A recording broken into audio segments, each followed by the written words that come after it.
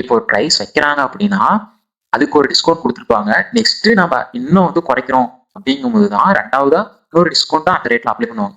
Discount 1 discount 2 அப்படின்னு சொல்லிட்டு 2 இருக்கும். அதுதான் வந்து சக்சசிவ் டிஸ்கவுண்ட். அடுத்தடுத்து டிஸ்கவுண்ட் கொடுக்குறதா வந்து சக்சசிவ் டிஸ்கவுண்ட்னு சொல்லுவாங்க.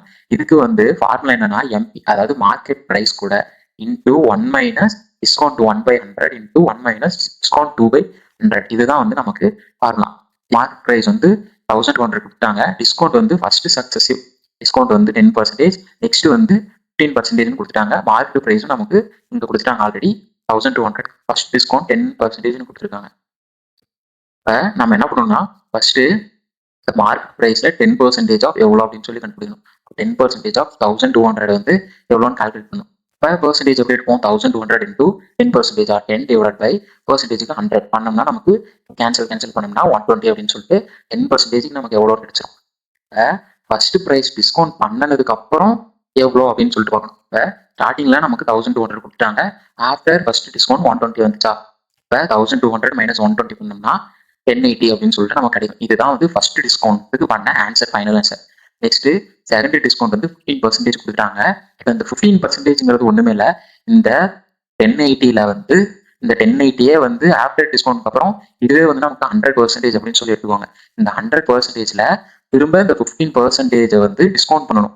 அப்படிங்கும்போது இந்த 1080ல வந்து எடுக்கணும். அதான் நாட் ஆன் 1200 வந்து நம்ம இந்த 15% டிஸ்கவுண்ட் பண்ணக்கூடாது. ஆல்ரெடி நமக்கு ஃபர்ஸ்ட் டிஸ்கவுண்ட் ஆன வேல்யூவை தான் எடுத்து பண்ணணும். இப்போ இந்த 1080 வந்து 15% எடுக்கணும். இந்த 1080 இன்டூ 15/100 ஈக்குவல் டு 162 கிடைச்சிடும்.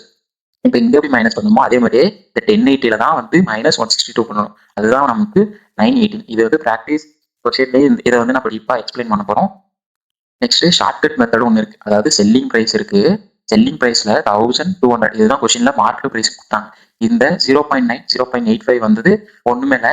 இங்க பாருங்க, இப்ப இதுல வந்து 10% அப்படின்னு சொல்லி நமக்கு கொஸ்டின்ல கொடுத்துருந்தாங்க. 10% அடுத்து 15%.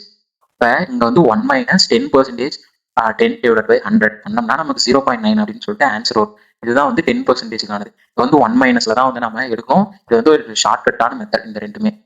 அடுத்து இங்க வந்து அதே மாதிரி 15% போடும் போது 1 minus 15 divide by 100 equal to 0.85. இதுதான் வந்து நமக்கு இந்த ரெண்டுத்துக்கான சிம்பிளிஃபைடு ஆன்சர். ஈஸியா நம்ம வந்து அதாவது மெமரி வச்சு இம்ப்ளிமெண்ட் பண்றதுக்காக.